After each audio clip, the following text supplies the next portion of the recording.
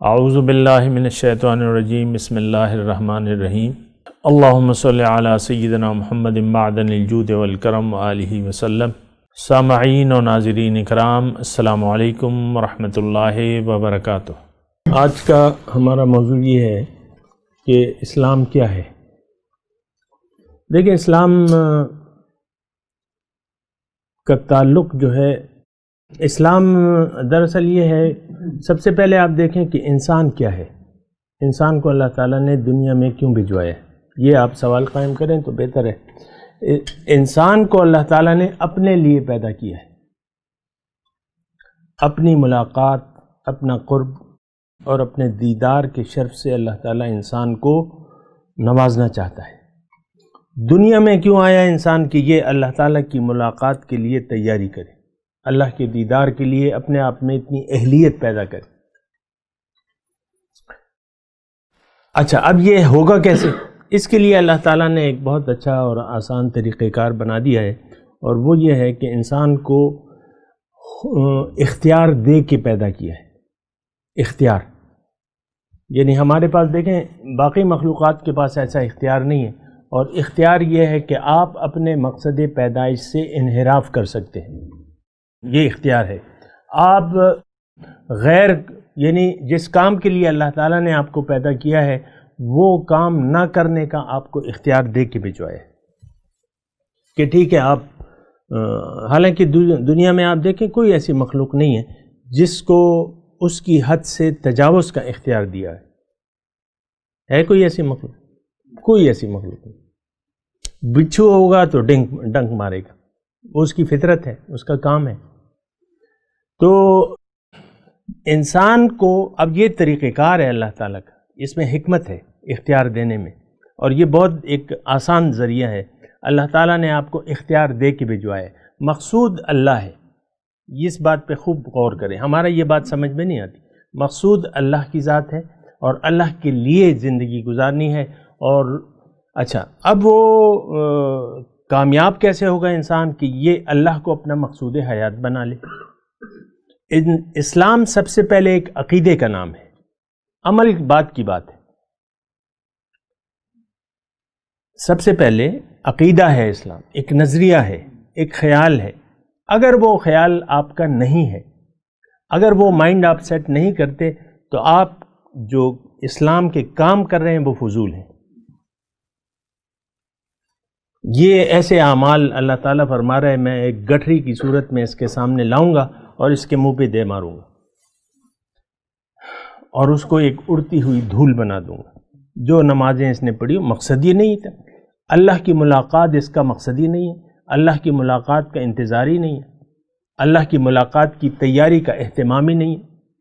تو اس صورت میں اگر یہ اسلام کہ بنیادی عقیدے سے اپنے آپ کو آگاہ نہیں کرتا اور اللہ کو مقصود حیات نہیں بناتا، دنیا کو مقصود حیات بنا لیتا ہے، تو یہ چاہے اس نے زبان سے کلمہ پڑھ لیا، چاہے یہ 5 وقت کی نمازیں تہجد کے ساتھ پڑھے، چاہے یہ روزے رکھے، حج کرے، زکوٰۃ دے، لیکن یہ سارا کچھ بیکار ہے، کیونکہ اس نے منزل کا انتخاب غلط کر لیا ہے۔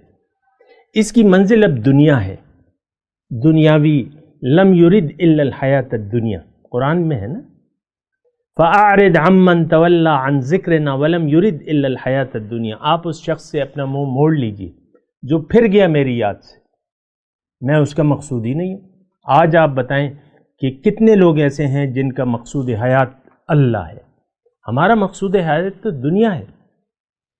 فَأَعْرِضْ عَمَّنْ تَوَلَّى عَنْ ذِكْرِنَا وَلَمْ يُرِدْ إِلَّا الْحَيَاةَ الدُّنْيَا۔ اب اس میں دیکھیں، اس میں آیت میں کافر، مسلمان، مشرک کسی کا ذکر نہیں، اہل کتاب کسی کا، من تولا، جو پھر گیا میری یاد سے۔ پھرنے والے مسلمان بھی ہو سکتے، آج کا مسلمان پھر گیا اپنی منزل سے۔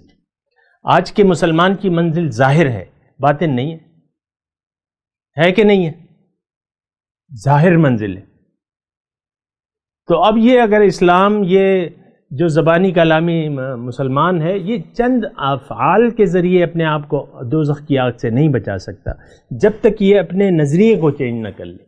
یہ تو ایک نظریہ ہے، یہ اسلام ایک تحریک ہے، اور اس میں اللہ کی یاد میں آپ زندگی گزاریں گے۔ ساری وقت اللہ کو یاد رکھیں گے. رجال اللہ تلہیہم تجارت ولا بیع عن ذکر اللہ و اقام، یہ میرے بندے ایسے ہیں کہ ان کو خرید و فروخت اور تجارت میری یاد سے غافل نہیں کرتی. ادھر ترازو آپ تول رہے ہوں گے، ادھر آپ کا ذہن جو ہے اللہ کی یاد میں ہوگا. یہاں تو ہم تو ہر قدم پہ انحراف ہے اللہ کی یاد کا. دفتر میں بیٹھا ہوا افسر ہے، وہ لیتا رشوت ہے، راشی ہے، اور یہ پوری قوم ایسی حرام خور ہے، ایسی تو کوئی بات نہیں ہے. ہم دفتر میں ہوں یا باہر ہوں لیکن ہم حرام زندگی گزار رہے ہیں کیونکہ اللہ ہماری منزل نہیں. یہ تو پہلے میں نے آپ کو کہہ دیا کہ وہ زندگی گزارنا حرام ہے جس میں آپ کا مقصود اللہ نہ ہو. جب مقصود آپ کا اللہ نہیں ہے تو آپ جہان بھر دنیا کو سجدوں سے آپ بھر دیں، وہ کسی ایک سجدہ بھی آپ کے کسی کام کا نہیں ہے. آپ کا نظریہ ہی نہیں ہے، آپ کا عقیدہ ہی نہیں ہے، لا الہ آپ کہنے کے لیے تیار ہی نہیں ہے. اصل چیز تو لا الہ ہے. لا الہ کا مطلب کیا ہے کہ میری منزل اللہ ہے، میرا مقصود اللہ ہے، میرا محبوب اللہ ہے. یہ لا الہ کا مطلب ہے. آپ یہ کہنے کے لیے تیار نہیں. آپ کے تو اور بہت سے بت بنائے ہوئے ہیں آپ نے. یہ میرا بچہ ہے، اور یہ میری بیوی ہے، یہ میرا خاوند ہے، یہ میرا کاروبار ہے، اور یہ میرا بینک اکاؤنٹ ہے. آپ کو تو اس سے محبت ہے. اور اللہ کی محبت، جس دل میں دنیا کی محبت ہو وہ اس میں اللہ کی محبت آ نہیں سکتی. یہ بات نوٹ کر لیں. آپ کا دل تو دنیا کی محبت سے سرشار ہے. آپ تو دنیا کے بندے ہیں. حضور صلی اللہ علیہ وسلم نے لعنت فرمائی ہے، لعنا تعس عبد الدینار وعبد الدرہم. دینار اور درہم کا بندہ ہلاک ہو گیا. وہ نمازیں پڑھ رہا تھا، تہجد کر رہا تھا، حضور فرمایا ہے ہلاک ہو گیا. یہ تو حضور کی فراہمی نہیں، یہ تو قرآن کا مضمون ہے. قرآن ایک نظریہ ہے. اگر وہ نظریہ آپ لینے کے لیے تیار نہیں ہیں، آپ کا سب کچھ فضول ہے، بیکار ہے، کھیل تماشا ہے. نمازیں پڑھ رہے ہیں، یہ دکھاوے کی نمازیں ہیں. الذین ہم یراؤون، ویل تباہی ہے، ہلاکت ہے نمازیوں کے لیے. یہ ہم عن صلاتہم ساہون، یہ نماز کے مقصد سے غافل ہیں. نماز کا مقصد تو اللہ کی یاد ہے. وَأَقِمِ الصَّلَاةَ لِذِكْرِی، اللہ کی یاد آپ کا زبان، یعنی آپ کا نظریہ ہی نہیں ہے. آپ کہہ رہے ہیں میں نے دنیا کی یاد میں زندگی گزارنی، بس یہی ایک دنیا میں نے اپنے آباد کر لی ہے، اسی یاد میں میں نے زندگی گزارنی. یہ میری بیوی، یہ میرے بچے، اور یہ میرا کاروبار، اور یہ میرے پیسے، اور یہ میرا شوہر، جو بھی ہو. تو آپ یہ تو شیطانیت ہے. اس میں کتنے احکامات سے ہم اللہ کی انحراف کرتے ہیں قصداً عمدن. ہمیں معلوم ہے رسول کا طریقہ اور اللہ کا حکم ہمیں معلوم ہوتا ہے، لیکن ہم اس پر عمل نہیں کرتے قصداً عمدن. ایسا ہے کہ نہیں ہے؟ جان بوجھ کے عمل نہیں کرتے. نہیں کرتا بھائی، کسی کا باپ مجھ سے یہ کام کروا لے گا. تو پھر جب ایسی صورتحال ہے تو اللہ کی یاد تو چلی گئی. اور جو دنیا کی یاد میں زندگی گزارے گا، آخرت کی زندگی جو ہے اس میں ناکام ہوگا. قد خسر الذین کذبوا بلقاء اللہ. آج کا ہم نے جو سبق پڑھا نا، یقیناً نقصان میں ہو گئے وہ لوگ جنہوں نے اللہ کی ملاقات. اب یہاں یہ نہیں کہا کہ یقیناً نقصان میں چلے گئے وہ لوگ جو نماز نہیں پڑھتے.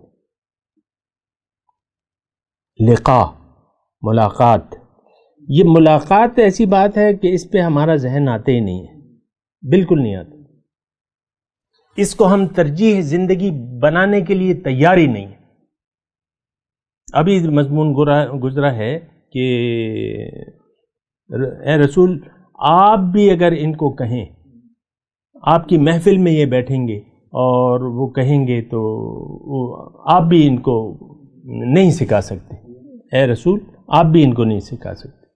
وَمِنْهُمْ مَنْ يَسْتَمِعُ إِلَيْكَ. وہ آیت مجھے یاد ہے کہ ان میں سے بعض لوگ آپ کی بات سنتے ہیں. یہ ہے آیت نمبر 25.